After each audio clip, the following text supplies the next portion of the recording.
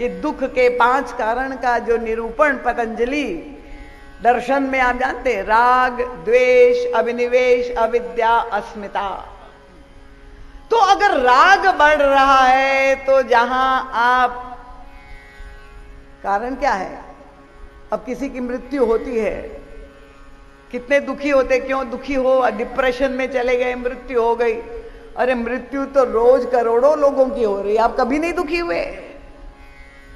Corona में कैसे पत्तों की तरह लोग झड़ते गए, पर क्या आप रोए? क्या कब रोए? जब हमारा कोई प्रिय मर जाए तब हमें दुख होता है। इसका मतलब क्या हुआ कि हमें मृत्यु नहीं दुखी करती है, हमारा राग हमें दुखी करता है।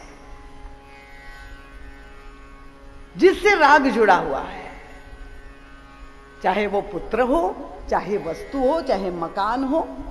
और शास्त्र ने तो ये भी कहा, प्रियम त्वाम रोचसी, तुम्हें कौन रुलाएगा और रुलाएगा? उनका तुम्हारा प्रिय ही तुम्हें रुलाएगा।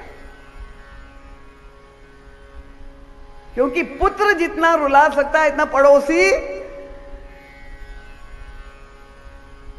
इसलिए कहते कोई पूर्व जन्म में दुश्मनी किसी से अगर रह गई हो तो वो व्यक्ति तुम्हारे घर में पुत्र रूप में आएगा,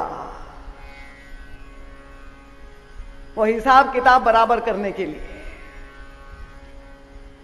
तो अगर राग बढ़ रहा है तो सावधान होना चाहिए। क्यों? उनका धर्म पालन का दूसरा फल है वैराग्य, हमारे अंतःकरण में उद्भव होना चाहिए। और ये वैराग्य कैसे आएगा? भगवत गीता में भी है, मानस में भी है।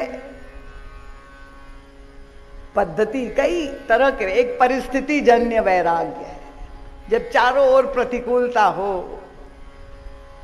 तब व्यक्ति को लगता है छोड़ो ये सब विरोधी है, घर में नहीं रहा जा रहा है, आश्रम में चलो। अब ऐसा वैराग्य स्थायी नहीं होता है, क्षणिक वैराग्य, स्मशान वैराग्य शब्द है। स्मशान में जाके, हालांकि आजकल वो भी नहीं रह गया, हमने सुना है कि स्मशान में भी समोसा जलेबी आने लगे। क्षणिक वैराग्य परिस्थिति जन्य वैराग्य होता है। दूसरा है विचार जन्य वैराग्य, विवेक जन्य। विचार जन्य वैराग्य का मतलब क्या हुआ? जैसे महाराज मनु का दृष्टांत दिया, होई न विषय विराग, भवन बसत भा चौथ। पूरा जीवन सारा धर्म पालन किया पर फिर भी एक पूर्णता, एक आनंद वो नहीं मिला। तब लगा ये व्यर्थ है, ये जो माया है, ये प्रपंच है, सबको छोड़ो, उस परम सुख धाम प्रभु को पाना है। तो ये एक विचार जन्य वैराग्य व्यक्ति के मन में आए और व्यक्ति शनैः शनैः कामनाओं से ऊपर उठने का प्रयास करता है। महाराज जनक का जो वैराग्य है वो तो सहज विराग रूप मन मोरा, वो भी ज्ञानी है, उनके अंतःकरण में भी वो तो पूर्ण विरागी है। अब आप देखिए, जो रागी जी थे मनु जी, उनके यहां तो वे पुत्र के रूप में आए, और जो विरागी जी थे जनक जी, उनके यहां वो कन्या के रूप में आए जो निष्काम थे। अब प्रभु ने तो बड़ी मीठी चुटकी भी ली थी दशरथ मनु, महाराज मनु से। उनका तुम चाहते हो कि मैं पुत्र रूप में आऊं, ठीक है, और फिर व्यवहार में जैसे ही मेरी आयु बढ़ेगी, मैं किशोर अवस्था कहूंगा, तब तुम्हारे मन में ये भी कामना आएगी कि अब मेरे पुत्र का विवाह करूं मैं, और फिर मेरे अनुरूप जो है पुत्र वधू भी खोजने तुम जाओगे। तो तुमको कष्ट ना हो इसलिए मैं साथ में ही लिए चला आ रहा हूं, ये मेरे साथ ही मेरी आदि शक्ति आएगी।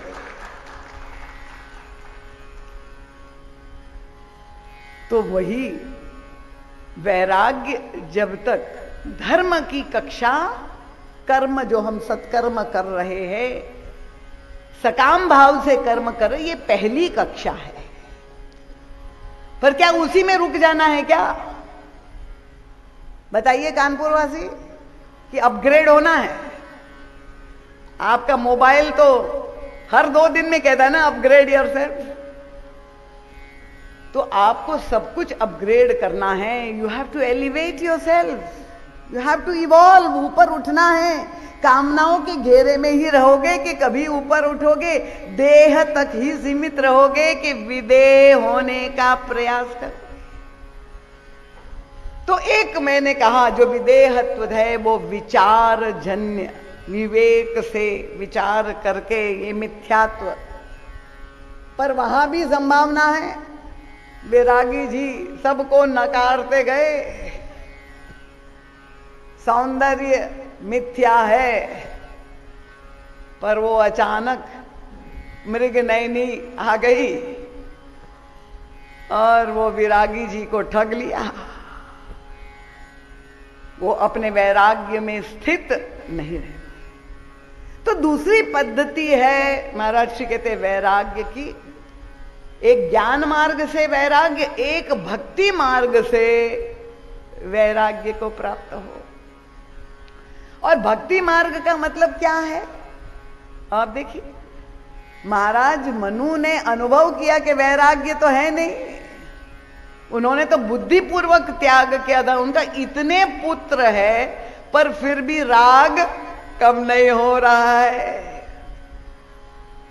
तो उनका जब वैराग्य नहीं है तो भगवान सामने आए, उनसे मैं मोक्ष कैसे, ज्ञान कैसे मांगू? उनका प्रभु मैं यहां तो राग लबालब भरा है अपने पुत्र, तो एक और पुत्र चाहता हूं, आप ही हमारे पुत्र बन करके आ जाओ।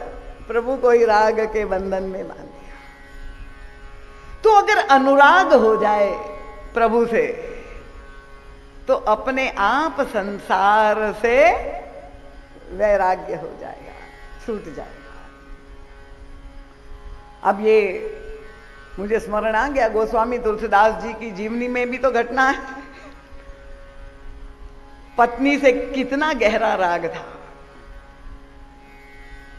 और रत्नावली के बिना जो एक रात न काट सके, गोस्वामी तुलसीदास जी बिल्कुल खोल करके अपने जीवन का यथार्थ बताते हैं कि जो जीवन के प्रारंभिक दिनों की विभीषिका थी और अंत में जब विवाह हुआ और पत्नी से इतना गहरा राग हो गया, और वो घटना आप जानते ही हैं। पत्नी मायके चली गई बिना बताए। उनका अगर पूछने रहूंगी तो मालूम ही था कि उत्तर नकारात्मक होगा। और गोस्वामी तुलसीदास जी की क्या स्थिति हुई कि जहां पड़ोसियों ने बताया, घर में देखा, शाम के समय आए, इतना बड़ा ताला, और उल्टे पांव भागे। और वो बरसाती रात, उफनती गंगा मैया, घोर अंधेरा, पर राग और आसक्ति की तीव्रता थी कितनी प्रबल कि पहुंच गए। रात के समय पत्नी विश्राम कर रही थी और खिड़की के अंदर से, सीढ़ी भी नहीं, दरवाजा बंद, सर्प को रस्सी समझ करके। ये कैसे अंधा बनाता है ये हमारे अंदर के जो ये विकार है, ये राग, ये आसक्ति, ये काम, ये वासनाएं। और तब रत्नावली को जब स्वर हुआ, देखा कि उनके पति आए, कितनी लज्जित हुई। और तब उसके मुंह से जो निकल गई, लगता है फटकार। इस हार्ड मांस के शरीर से इतनी आसक्ति, अगर इसका लेश मात्र भी होता तो तुम्हें भगवान मिल गए होते। अब ये दुख, राग की केंद्र से जब दुख मिला, फटकार मिली, तो तुरंत ही लौट गए, जगत वंद्य संत बन गए गोस्वामी जी। मुझे महाराज जी का वो संस्मरण यहां जरूर उल्लेखनीय है।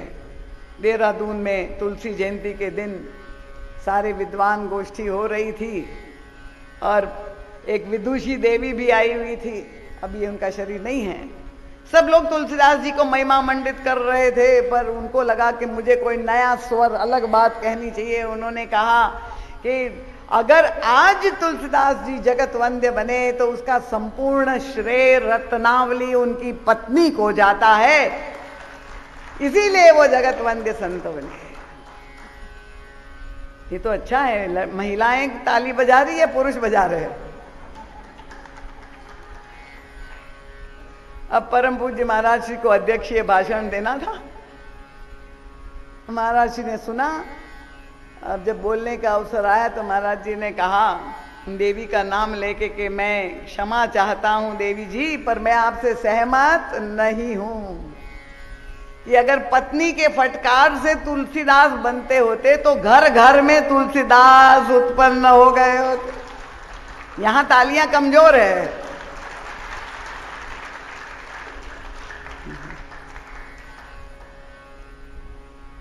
तो ऐसा वैराग्य जो हम कह रहे हैं कि देह भाव से जब हम क्वालिफाई करके ऊपर उठने का प्रयास करें, अपग्रेड करें, एक रात में, एक दिन में निष्काम नहीं हो जाएंगे। शनै शनै हमारे जीवन में कर्म एक यज्ञ का रूप धारण करते हुए स्व से लेके पर तक ये विस्तार की भावना जब हो जाए तो प्रत्येक कर्म जो हम कर रहे हैं वो ही यज्ञ बन जाएगा। यही समर्पण की वृत्ति जब आ जाएगी तो पूरा जीवन ही यज्ञवत हो जाएगा। तो इसीलिए यज्ञ भावना, यज्ञ का तत्व, यज्ञ का शरीर, स्वरूप, ये सब एक अलग अलग स्तर है जिसको समझना आवश्यक है। क्योंकि घड़ी संकेत कर रही है, बहुत विलंब हो गया है। परम पूज्य महाराज श्री के सद साहित्य का आप अवश्य लाभ ले। हमारे विवेक भैया ने, जो आप सब लोगों के लिए इतने वर्षों से एक विशेष सेवा मिल रही है, 50% छूट में शील सिंधु राघव माधुर्य मूर्ति माधव में मानस चिंतन में यज्ञ तत्व की बहुत विलक्षण मीमांसा परम पूज्य महाराज श्री ने की है। तो यही मुझे विश्वास है कि जिन्होंने ये प्रश्न किया था, क्योंकि भगवान श्री राम जब इस यज्ञ का में सम्मिलित होने के लिए जाते हैं तभी मार्ग में ये अहिल्या का प्रसंग घटित होता है।